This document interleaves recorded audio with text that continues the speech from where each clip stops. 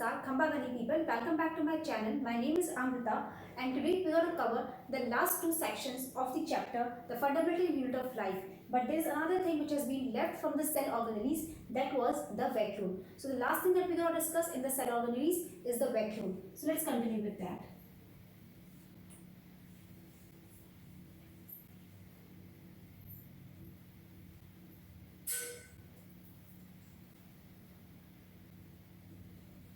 Okay, vacuole. Now, talking about vacuole, before we start vacuole, let's just make a small diagram for the cell. So this is your cell. Okay, I'm going to make two cells over here, and I'll tell you why. See, what happened is, suppose I'm just writing the name out over here. This is the animal cell, and this one is the plant cell. Why we have made two diagrams while discussing the vacuole, we'll look at two now. So this is your nucleus in the animal cell, centered one, porous in nature. But the placement of the nucleus in the animal cell is in the plant cell is near the edges or near the periphery. Okay, which means it will be near to the cell membrane. Because nucleus plant cell is being have two coverings outside, that is the cell membrane and the cell wall. So let's make one cell wall also.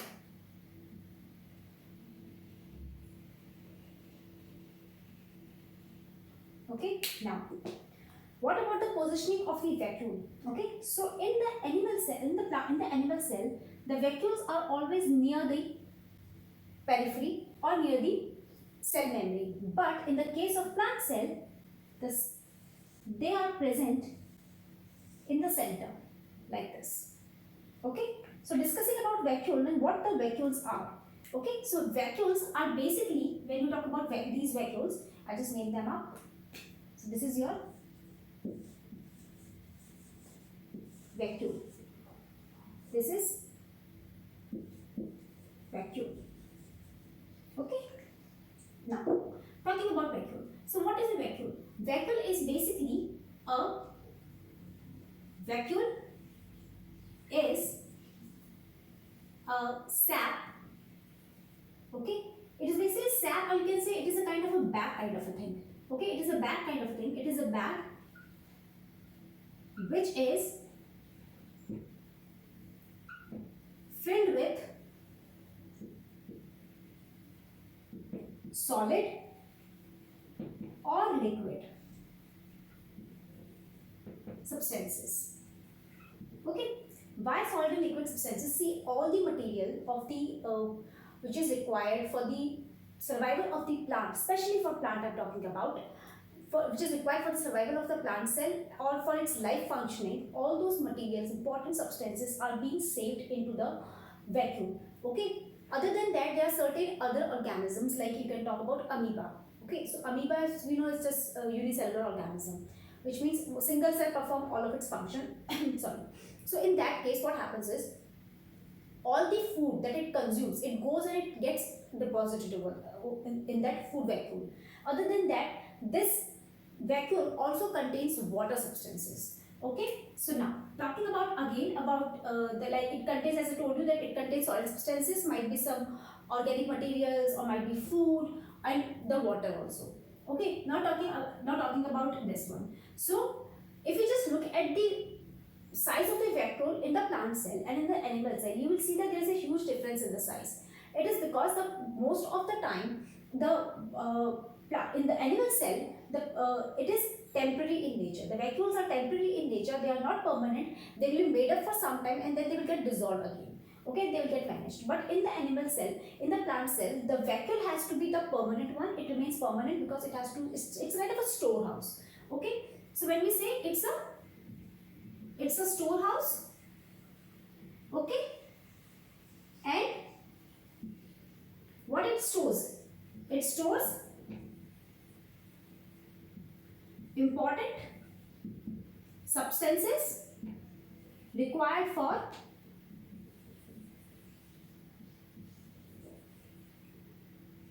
cell functions of plant cell Now, what are those substances that are being saved or that are being stored into the vacuole? So the things that are being stored into the vacuole in the plant cell is, they are amino acids. I'm just writing the short form for it. Amino acids, sugars. There are various type of organic acids, we can say, organic acids, and proteins. Okay, so these are the things which are being saved into the plant cell. Other than that, it is also filled with cell sap. Okay, which is a water. This cell sap, we call it water of the cell. This is a sign for the width. Okay, cell sap. Now, what is the role of the cell sap? The cell sap actually provides, which provides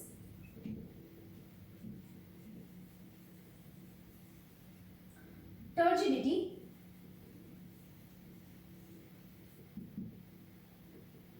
and rigidity to the plant cell. Okay, all right, because as we know that plants basically they live in the outside environment, so they need a lot of amount of water for the cell to survive. Okay, because if there is no water, the cell won't be able to survive. So that is why a lot of amount of extra water is always being saved into the vacuole, because and inside the water, in the water that is being filled, that is called cell sap, contains all these amino acids, sugars, organic acids, and proteins which are present into it. Now, if you look at the size of the vacuole in the plant cell, if you can see that it is almost occupying 50 to 90% of the total cell volume. Okay, so what it does, we just give a quick recap to it. First, what is a vacuole? Vacuole is kind of a bag-like structure, and it is filled with solid or liquid substances. Okay, it is a storehouse, and what it stores the important materials or important substances which are required for the survival or for this functioning of the plant cell, like amino acids, sugars, various organic acids.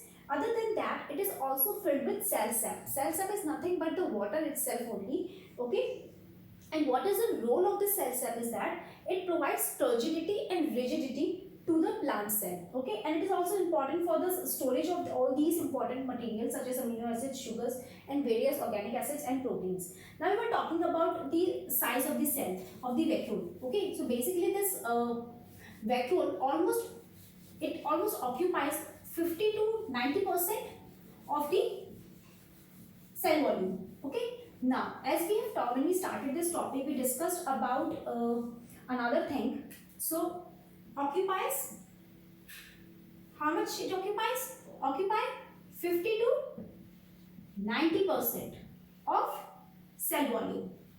Here I am talking only about the plant cell, because in plant cell the vacuoles are permanent in nature. Okay, so they will always be present in a mature plant cell. Vacuole will always be there.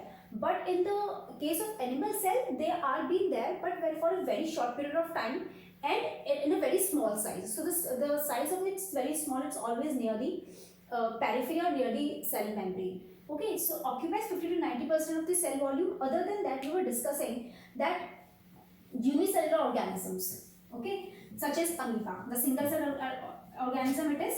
So because all of its functioning will be performed by the single cell only, so in that case what happens is that whatever food it eats or whatever food it angles, where will that food gonna go? That food will go and will be stored into the food vacuole. If I just make a small diagram of an amoeba out here, so suppose this is your amoeba. Okay, it doesn't have a definite shape, and suppose it has engulfed some food. So what it will do, this is the vacuole that it will gonna create.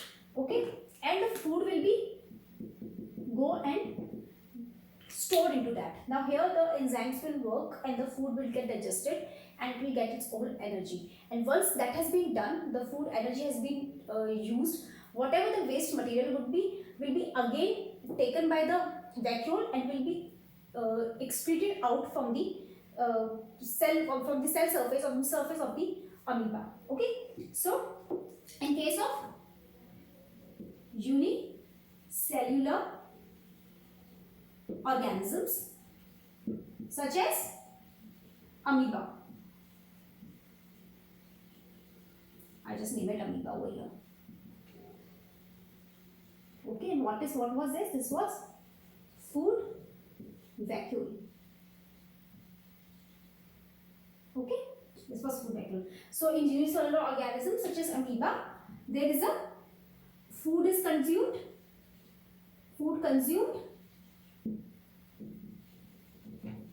is saved in where? In food vacuole. Okay. Now, so this we have discussed. Now, there's one very important feature for me of the whole vacuole is that sometimes what happens, some extra water gets deposited. Okay, it is being sucked by the cell, or it is being taken by the cell, and waste material also gets collected. Whether it's a case of animal cell, it's a case of plant cell, or it's a case of amoeba. Okay, so water is always been there, but sometimes the amount of water exceeds. Okay, and the waste material also gets increased. So what happens, these vacuole, they actually save, or they actually take up that whole excess water and that waste material, and helps in expelling or removing that waste material or extra water out of the cell. Okay, so it basically maintains, it helps in the cell to maintain its shape and promote survival, because in case the amount of water increases a lot or the waste material increases a lot, that will be again harmful for the either for the plants or either for the animal cell. It is same. Okay, so but a very important function is that helps in expelling high water content and waste material out of the cell. Okay. Alright. Okay. So what we have discussed over here now, that the occupancy of the vacuole in the plant cell is approximately 50 to 90%.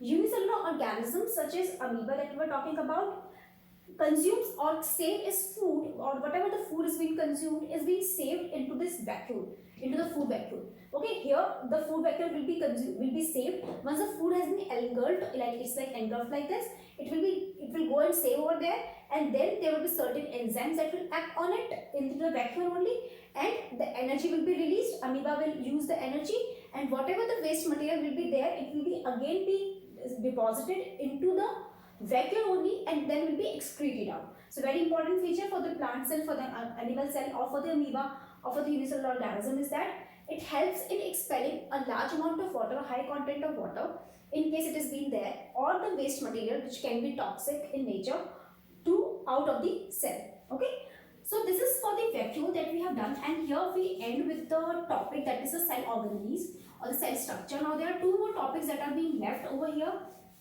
in this chapter. Is the first one is we're going to discuss over here is the difference between the prokaryotic and the eukaryotic, and that is the first topic from the fifth topic from the content. Okay, so let's discuss that one now. Okay, I'll just remove the diagrams too.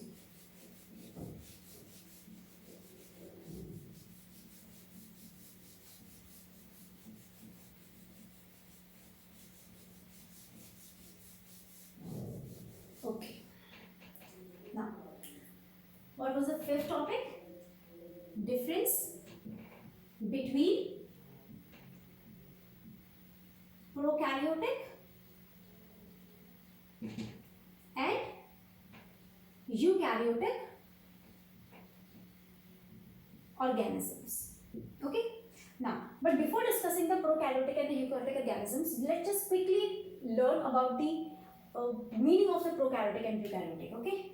So I'm writing prokaryotic over here and eukaryotic.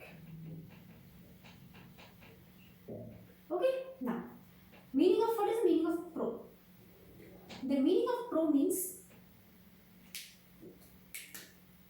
this is pro and this is karyotic. Okay, this is eu and this is karyotic. Okay, fine. Now the meaning of pro means previous or primitive. Okay. Karyotic means nucleus. Okay.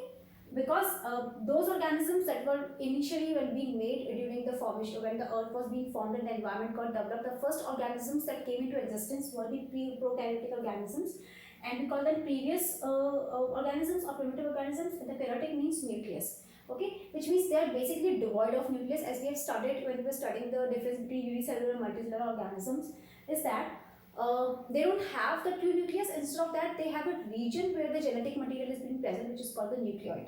Okay, U means true and karyotic means nucleus, which means those organisms that have the nucleus, which have the presence of the nucleus, like the plant cell, like the animal cells. Okay, like might be the multicellular organisms, you can consider them mostly. Alright, so this was a small meaning of eukaryotic and the prokaryotic. Now we'll discuss the difference between both of them. Okay. Alright. Okay. So write the three things over here. First thing is the characteristics.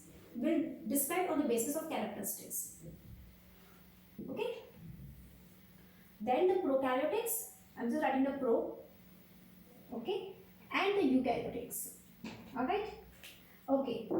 So the first characteristic that we're going to learn is about the size. What is the size of the prokaryotic organisms? The size of the prokaryotic organisms is between 0.2 to 2 micron meter in diameter. Okay, so they are microscopic in nature, that's why we can't see them with the naked eyes. Whereas the size of the eukaryotic organisms lies between 10 to 100 micrometer in diameter. Okay, sorry for the writing. Alright, next one is the nucleus. What about the nucleus? Do the prokaryotics have nucleus? No, they don't have, so nucleus is absent. Here the nucleus is present. Okay, fine. Next is cytoplasm. They don't have no cytoskeleton.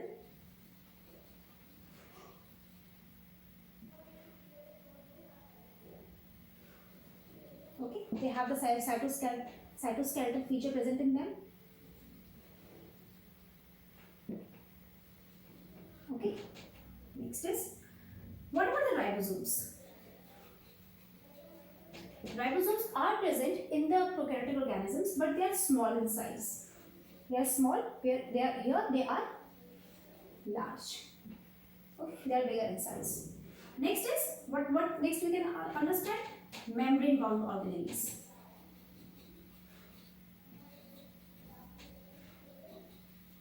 Do they have?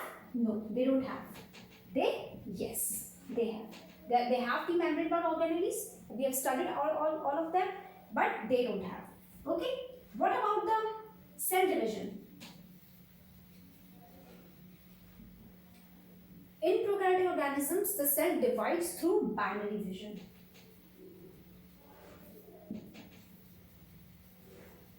Okay. Whether in the case of eukaryotic, it is done with the help of mitosis. Okay.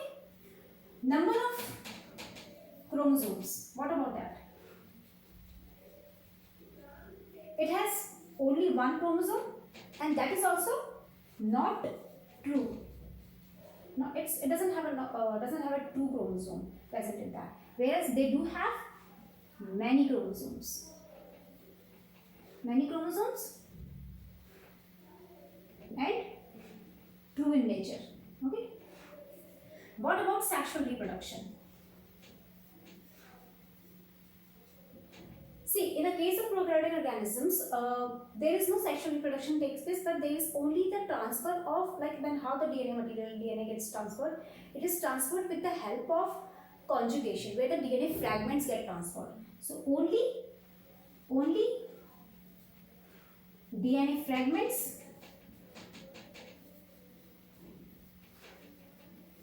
transferred.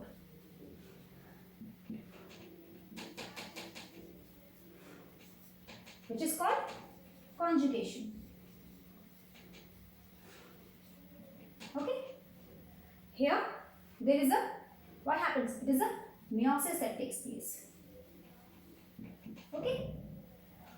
So this is the whole difference between the prokaryotic and the eukaryotic organisms. Like the size is between 0.2 to 2 micron in diameter. They have the 10 to 100 micron in diameter.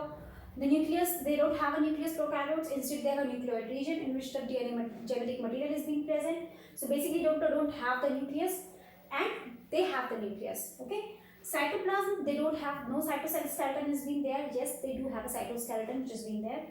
Ribosomes, prokaryotes do have ribosomes, but they are very small in size, whereas in eukaryotic it is large in size. Membrane bound organelles, prokaryotes lack membrane bound organelles, they don't have it. On the other hand, eukaryotics definitely have the membrane bound organelles, and we have discussed all of them. Okay, what about the cell division? The cell division takes place through binary fission in prokaryotics, whereas it takes place through mitosis in the eukaryotic organisms. Number of chromosomes, prokaryotes only have one chromosome, and that is also not a true chromosome. On the other hand, eukaryotes have many chromosomes and they are true in nature.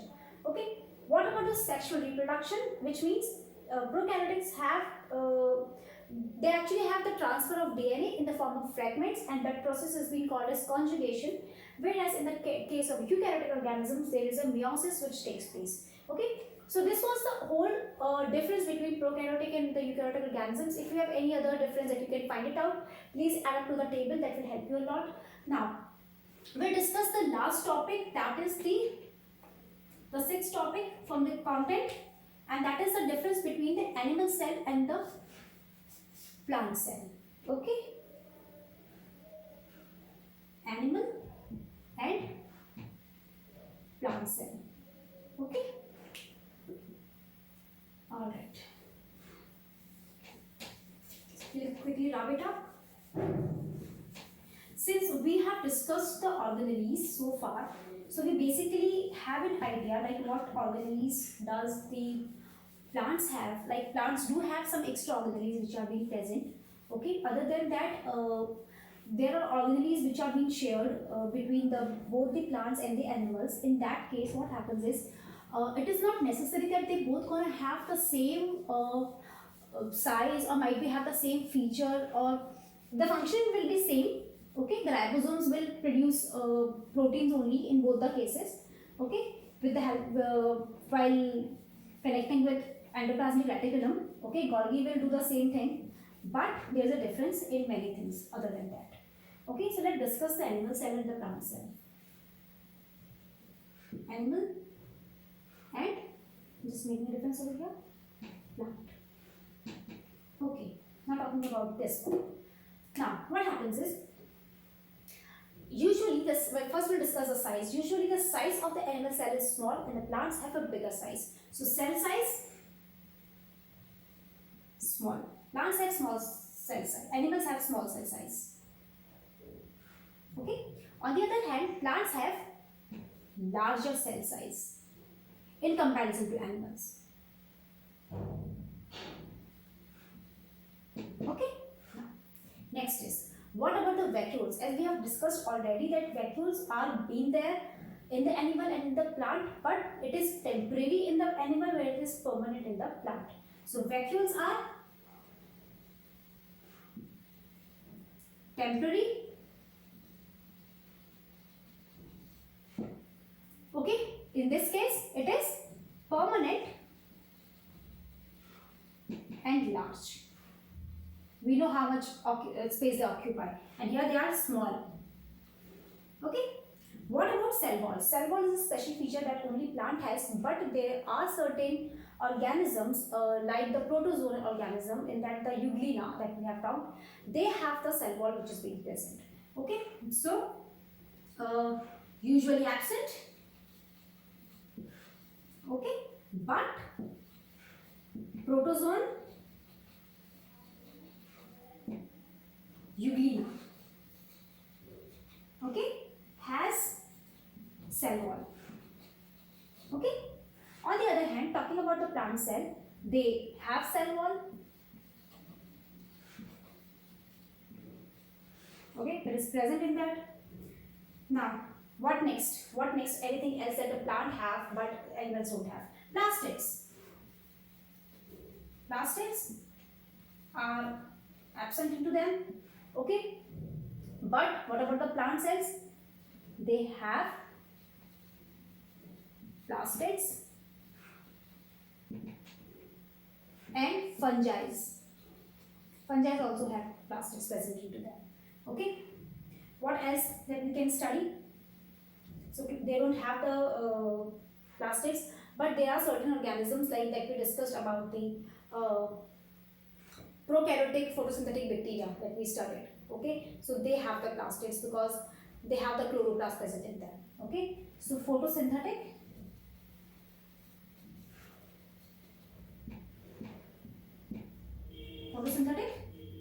prokaryotic bacteria have what? Plastids. Okay, fine.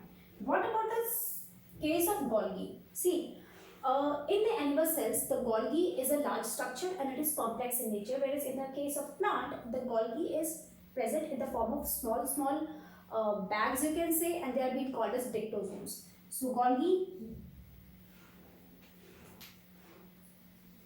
one large Golgi, and it is complex. Okay. In the case of plant cells, small Golgi is being there, and what about the and it is being called as dictosomes. Okay, all right, fine. So we have almost discussed the major differences that is present between the animal cell and the plant cell. Just let's give a quick revision to it.